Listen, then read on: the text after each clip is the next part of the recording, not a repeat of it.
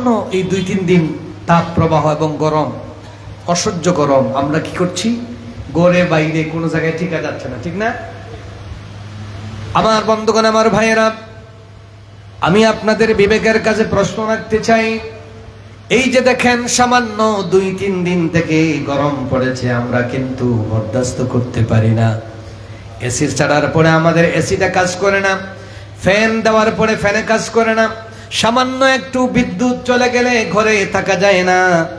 একটা বার কি ও মানুষেরা, ও আমার ভাইরা, আমার বাবারা চিন্তা করেছেন এই গরমের চাইতে জাহান্নামের আগুন নামক যেই গরম আছে, ওই জাহান্নামের আগুনের গরমের ব্যাপারে আল্লাহর নবী বলেছেন, ও আমার উম্মতেরা, আল্লাহর বান্দা বান্দি, শোনো, জাহান্নামের আগুনটা দুনিয়ার আগুনের চাইতে কম পক্ষে 70 গুণ বেশি গরম। নারুকুম জুজউম মিন 70 জুজআম মিন নারি জাহান্নাম। আবার আল্লাহ রাব্বুল আলামিন तमाम পৃথিবীর মানুষদেরকে ডেকে ডেকে বলেন, ও আমার গোলাম, নামাজ পড়ার জন্য তোর সময় হয় না, ফজরের সময় তোর ঘুমটা ভাঙে না রে গোলাম। জোহরের সময় আজান হয়, অফিসিয়াল ব্যস্ততা, ব্যবসা বাণিজ্যের ব্যস্ততার কারণে তুমি নামাজ পড়তে পারো না।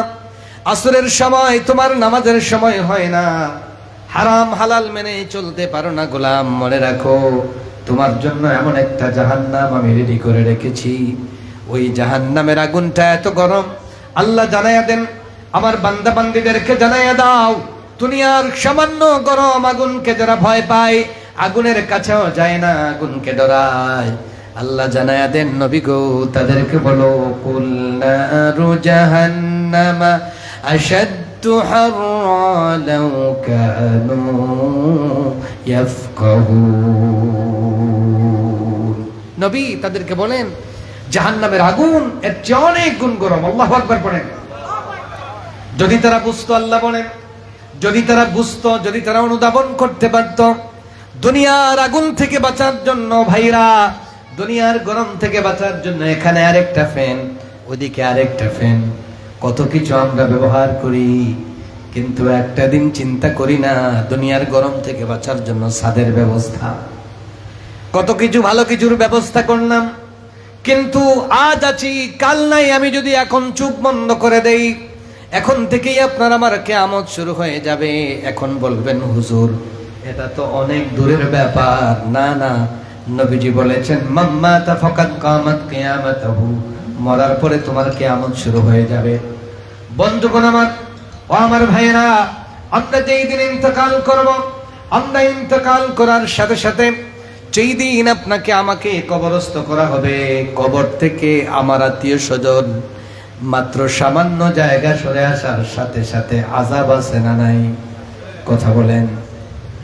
এমন আগুন জ্বালিয়ে দেওয়া হবে আপনার আমার কবরে, এই কবরে আগুন জ্বলে উঠবে রে ভাই। যদি দুনিয়ায় থাকা অবস্থায় কবরের এসি লাগাইতে না পারেন, কবরে যদি বিছনা বিছাইতে না পারেন, কবরে যদি জানালা ফিটিং দিতে না পারেন, কবরে যদি দরজা জানালা লাগাইতে না পারেন, কবরে যদি আরামের বিছনার ব্যবস্থা করতে না পারেন, তাহলে কিন্তু খবর আছে।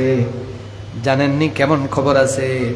কবরটা বড় কঠিন জায়গা। 1 নাম্বার, কবরে রাখার পরে নবীজি বলেন, বান্দারে শোনো, এই কবরটাকে তুমি ভয় করো।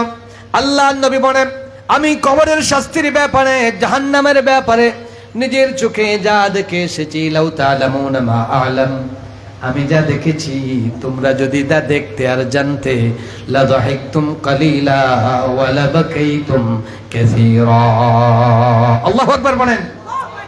নবীজি বলেন, তোমাদের হাসা বন্ধ হয়ে যেত, হাসি খুশি বন্ধ হয়ে যেত, কান্নার পরিমাণ বেড়ে যেত। জাহান্নাম থেকে বাঁচার জন্য কাঁদতে, কবরের শাস্তি থেকে বাঁচার জন্য কাঁদতে। নবীজি এই জন্য প্রতিদিন এমন কোন দোয়া নাই, নামাজের পরে দোয়া করেছেন, ইল্লা তাআওয়াযা মিন আযাবিল কবরি, এবং কবরের আযাব থেকে পানা চান নাই, এমন একটা দোয়াও নবীজি করে নাই। কত সচেতন ছিলেন আল্লাহর রাসূল।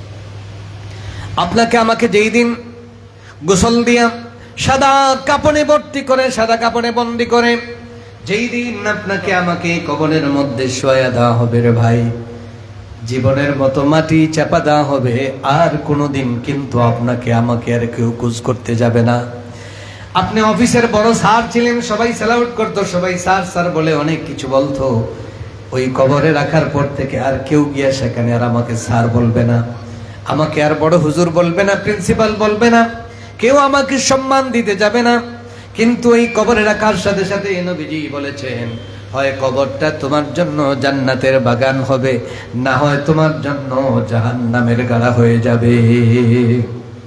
আগুনের বিছানারে ভাই বিছাইয়া দেওয়া হবে, আর দুই দিক থেকে কবর আপনাকে আমাকে এমন জোরে জোরে চাপ মারা শুরু করবে, মাটি কিন্তু ওই দিন আপনার আমার কথা শুনবে না।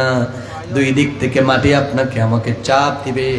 আল্লাহর নবী এরকম দেখায়া বলেন, হাত্তা তাখতালিআ আদলাআহুম, ও গোলাম তোমার দুই দিক থেকে চাপের কারণে হাড্ডিগুলি ঠাস ঠাস করে একটা আরেকটার সাথে ঢুকে যাবে, একটা একটার সাথে ভেঙে যাবে, হাড্ডি ঢুকে যাবে, চৌচির হয়ে যাবে।